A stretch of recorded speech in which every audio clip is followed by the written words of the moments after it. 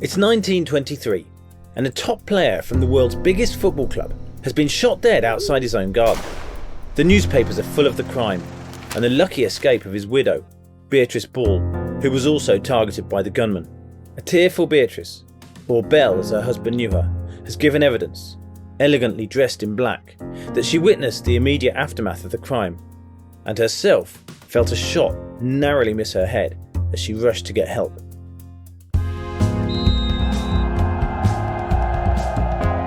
I'm Duncan Hooper, a journalist and history fan, and I'm going to explain why Beatrice's story doesn't add up, and how her testimony, combined with biased judges and a flawed justice system, led a man to be condemned to death for murder. This is the murder that changed English football, allegedly.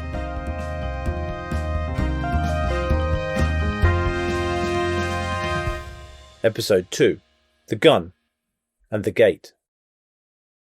The police had quickly concluded that Aston Villa football star and international hopeful Tommy Ball had been shot by his neighbour and landlord George Stagg. As well as Stagg's own admission, they had hard evidence in the form of a recently fired shotgun and 2 spent cartridges that were hidden in his fireplace. Beatrice Ball had heard the two arguing and seen her husband stagger over from the neighbour's garden gate to collapse outside his own home. The only other potential witness, Stagg's wife Mary, refused to give evidence, and, under the laws of the time, could not be compelled to do so against the will of her husband. In a rapid coroner's court hearing over 2 days, a jury of local men, a few of whom were very likely Aston Villa fans and perhaps had even seen Ball play, concluded that a murder had taken place. With only one suspect, this was easily seen as a guilty verdict against Stagg. However, that hearing was only intended to establish how Ball died, not who was to blame. Stagg's own trials were to follow. At the end of the process, another jury was to follow the lead of the coroner's court and find that the killing was indeed a murder, but also that Stagg was the culprit. However, there were a couple of details around their decision which cast doubt over their confidence in that verdict. The first sign that the case was more complex than breathless newspaper reporters cared to admit was that the jury deliberated for more than an hour and a half before reaching a decision. Nowadays, that might seem like a very short time when the life of a man was in the balance.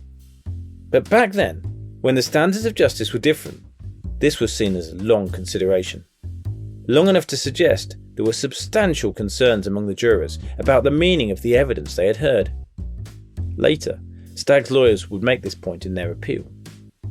The second sign of possible doubt came when they delivered their verdict to the court. After declaring that the 12 men had decided that Stagg had committed willful murder, the jury's foreman added that they strongly recommended the prisoner to mercy.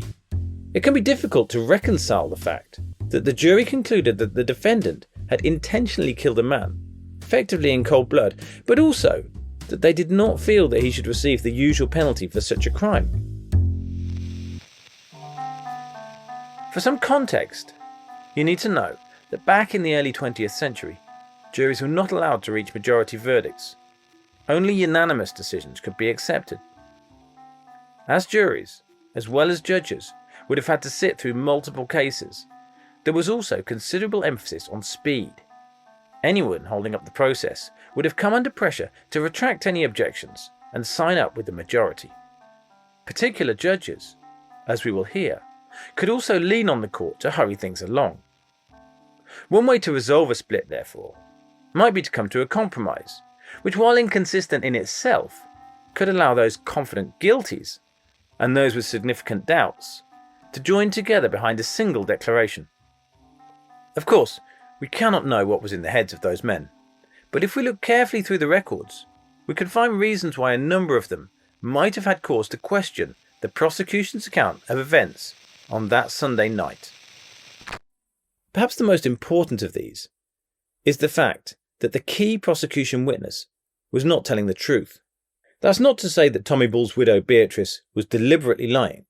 She was possibly still in shock when she gave her first statement, just 48 hours after holding her husband as his life bled out in her hands. Her second statement was taken just a day after she attended his funeral, under the full glare of the media.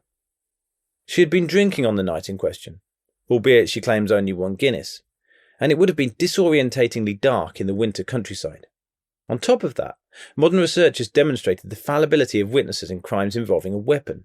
Basically, the presence of a gun seems to attract all of a watcher's focus, which means other details get misremembered.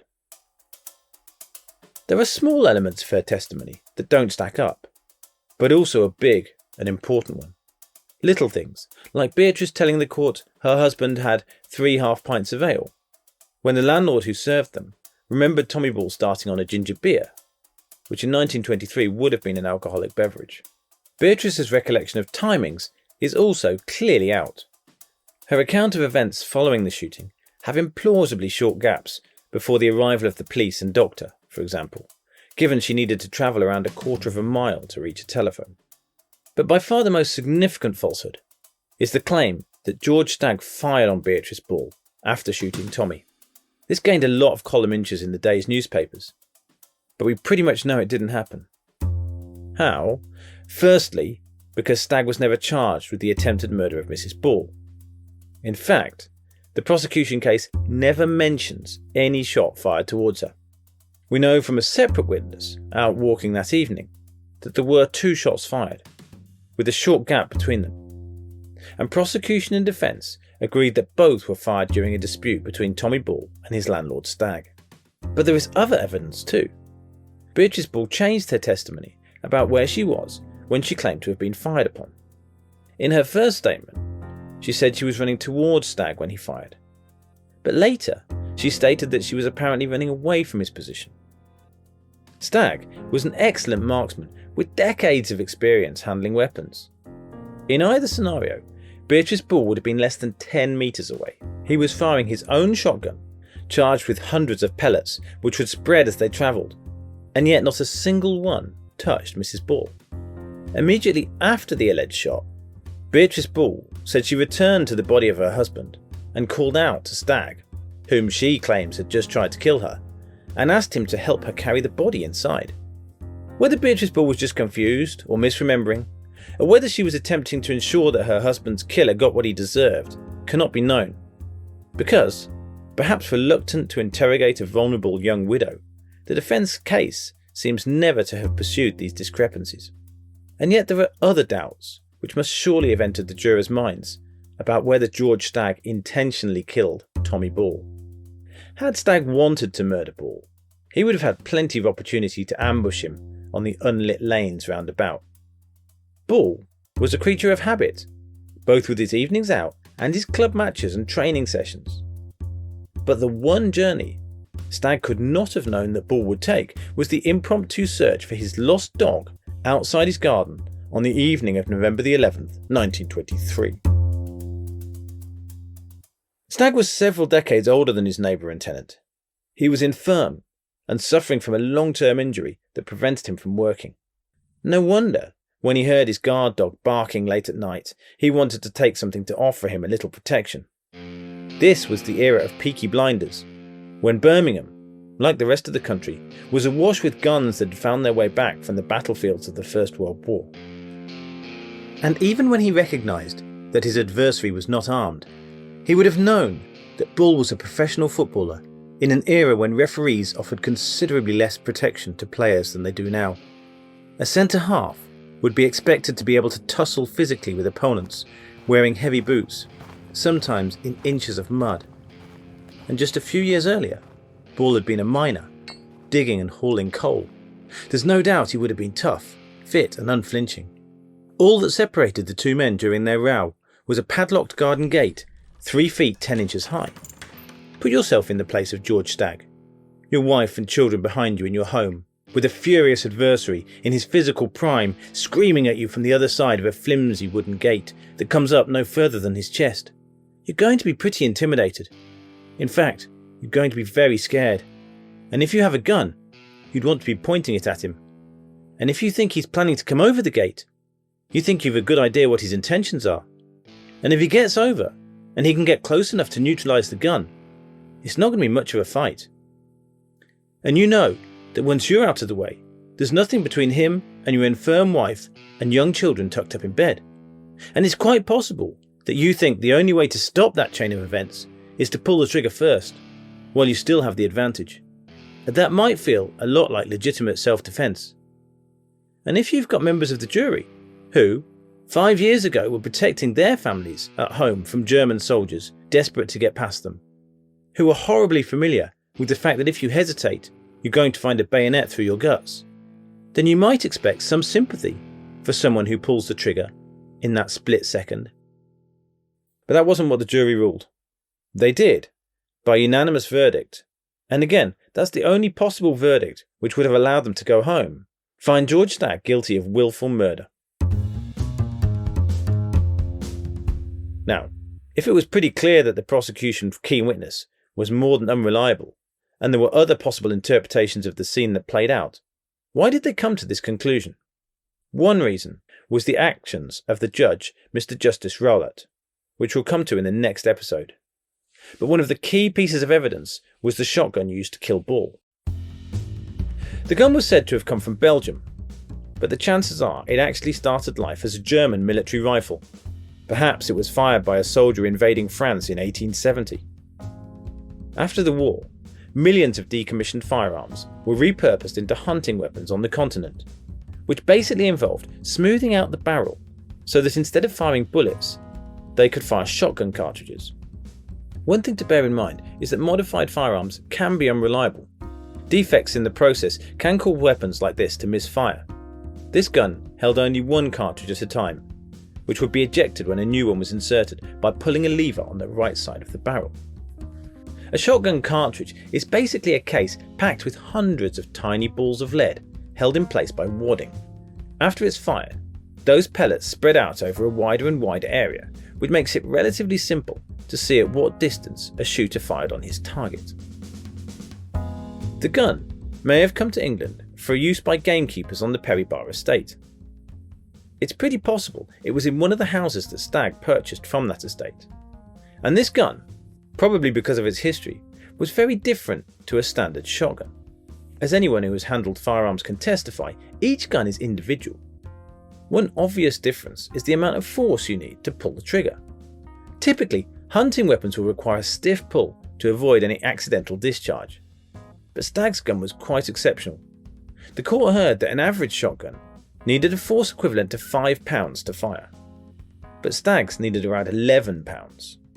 A nervous twitch or flinch wouldn't do that. So, the jury were told, the shooter would have had to been certain of what he was doing. And the gun yielded more evidence. A ballistics expert from the renowned Birmingham gunmaker Webley and Scott tested the spread of shot at different ranges.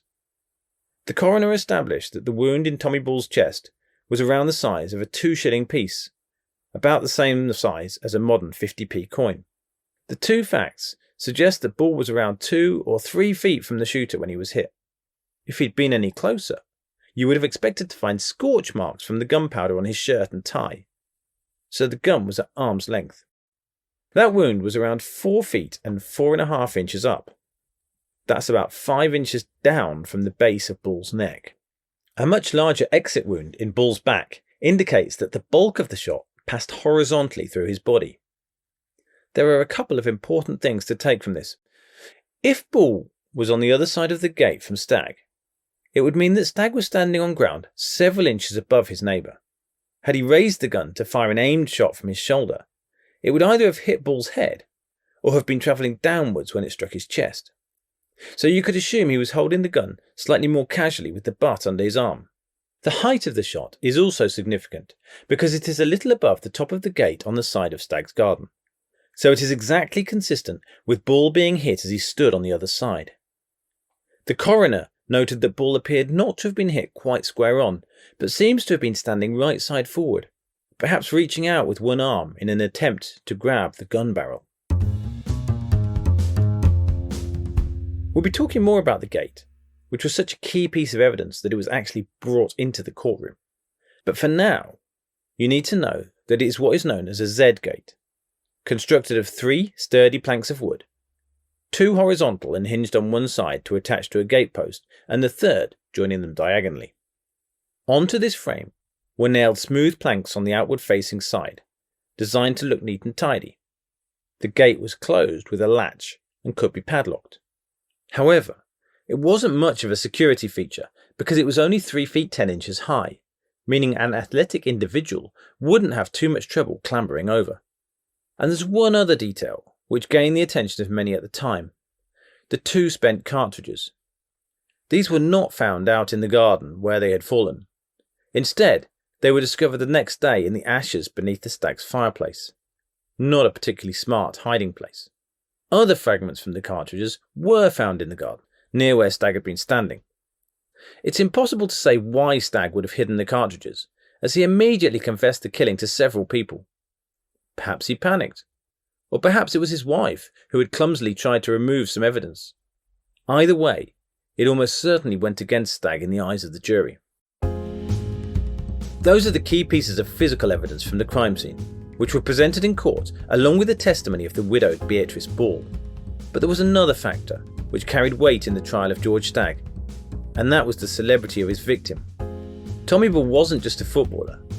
He was a player for the most celebrated team in the world at the time. In the next episode, we'll dive into that world of early 20th century football and look into claims that Ball was destined to become an England star before his life was so brutally ended on that dark November night. This podcast leans heavily on the comprehensive research of Colin Brown in his book, The Armistice Day Killing. So if you want more background and detail, including some of the original testimonies, do get yourself a copy. In particular, he offers much more detail on the process of the justice system which led to Stagg's conviction. Also, you may have heard some ads during the episode.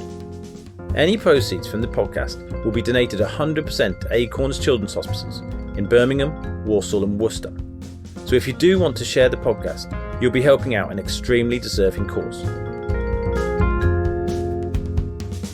The soundscape for this podcast was created by Sasha Sadikov for Istorias Media, where stories build bridges.